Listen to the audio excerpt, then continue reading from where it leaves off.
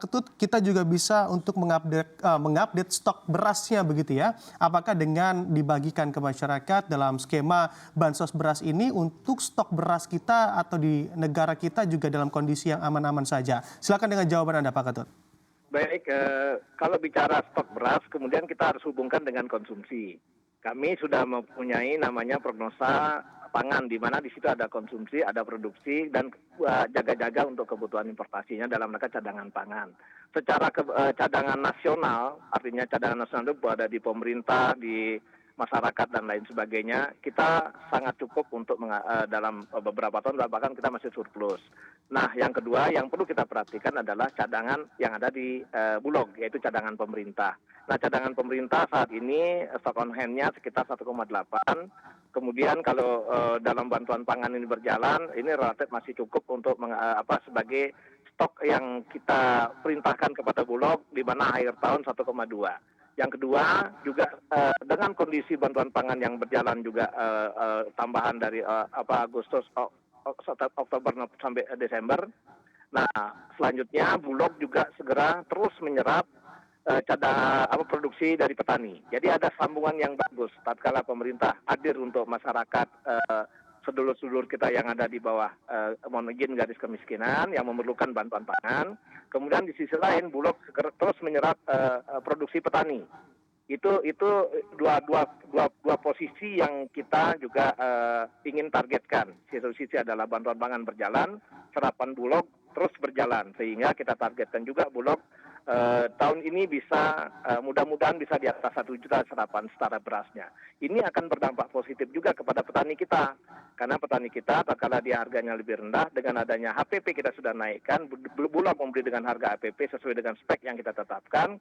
Ini juga akan mendongkrak penghasilan di tingkat petani atau menjaga kekuatan di tingkat petani. Sekaligus kalau petaninya bagus, otomatis kita harapkan juga mereka nyaman berproduksi. Demikian, Mas.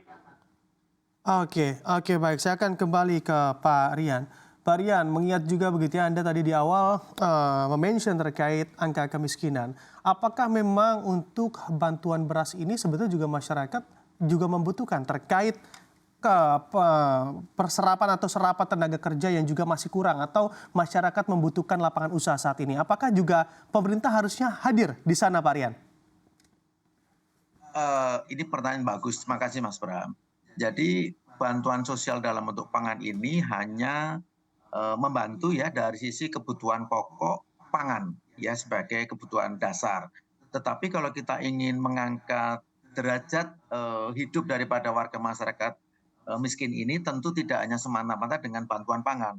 Masih banyak dibutuhkan bantuan-bantuan dalam bentuk yang lain, terutama kepada akses kepada pendidikan, kemudian akses kepada lembaga keuangan. Karena melalui accessibility di sektor pendidikan dan keuangan inilah yang akan mengakselerasi ya atau mempercepat pengentasan kemiskinan itu sendiri.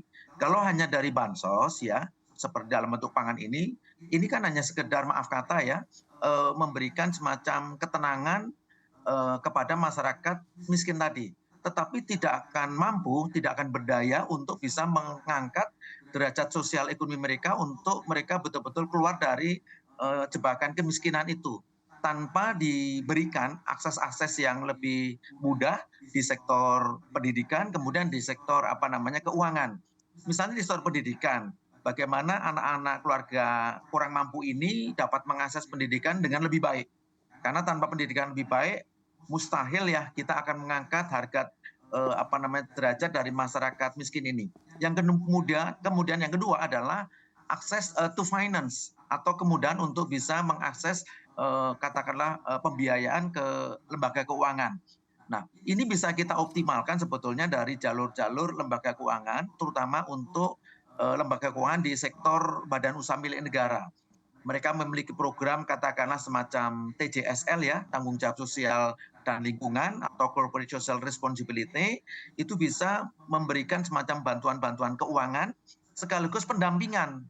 Tidak cukup hanya diberikan ikannya, tapi jauh lebih penting bagaimana memberikan kail sehingga mengeduket masyarakat lebih bawah itu untuk mau bergerak, mau moving up, mau bergerak naik, dan mereka bosan lah untuk selalu hanya memperoleh santunan-santunan. Tentu mereka ingin naik kelas ya, meskipun menurut standar mereka. Nah, kembali menurut saya selain bantuan pangan ini penting, tapi juga perlunya aksesibilitas yang lebih baik di sektor pendidikan, kemudian di sektor keuangan. Tanpa dua accessibility ini rasanya mereka akan terus menjadi masyarakat subsistem. Subsistem itu adalah masyarakat yang sangat memiliki ketergantungan kepada pihak lain, terutama kepada pemerintah. Itu analisis saya, Mas Bram. Oke, baik. Pak Rian, apakah begitu ya ini juga dapat diartikan semakin banyak dana anggaran negara kita digulirkan atau digelontorkan untuk bansos, ini sebetulnya tidak serta-merta juga untuk mengurangi angka kemiskinan kita, Pak Rian? Jelas dengan angka katakanlah yang jangka pendek itu 9 triliun, dibandingkan dengan total PDB kita tahun ini mungkin saya perkirakan 22.000 triliun rupiah, tentu kan sangat kecil, hanya sekian berapa persen lah, nggak sampai 1% kan. Tetapi tadi saya bilang ini ibaratnya orang sedikit meriang masuk angin lalu diberikan obat penurun panas. Pada temporary jangka pendek memang meriangnya itu hilang.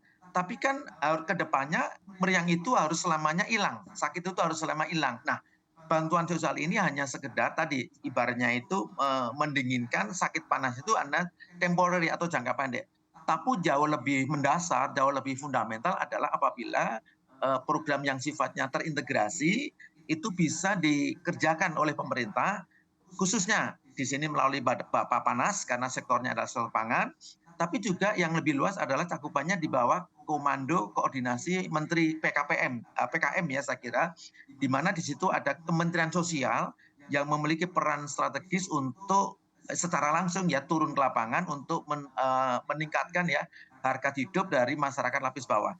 Kemudian dari Kementerian BUMN saya kira itu juga bisa didaya gunakan kehadiran BUMN baik di seluruh wilayah daerah untuk bisa menjangkau masyarakat lapis bawah, masyarakat miskin untuk dapat mengakses tadi di pendidikan maupun di sektor keuangan melalui budget-budget atau anggaran yang tercover di budget corporate social responsibility atau tanggung jawab sosial perusahaan dan juga lingkungan.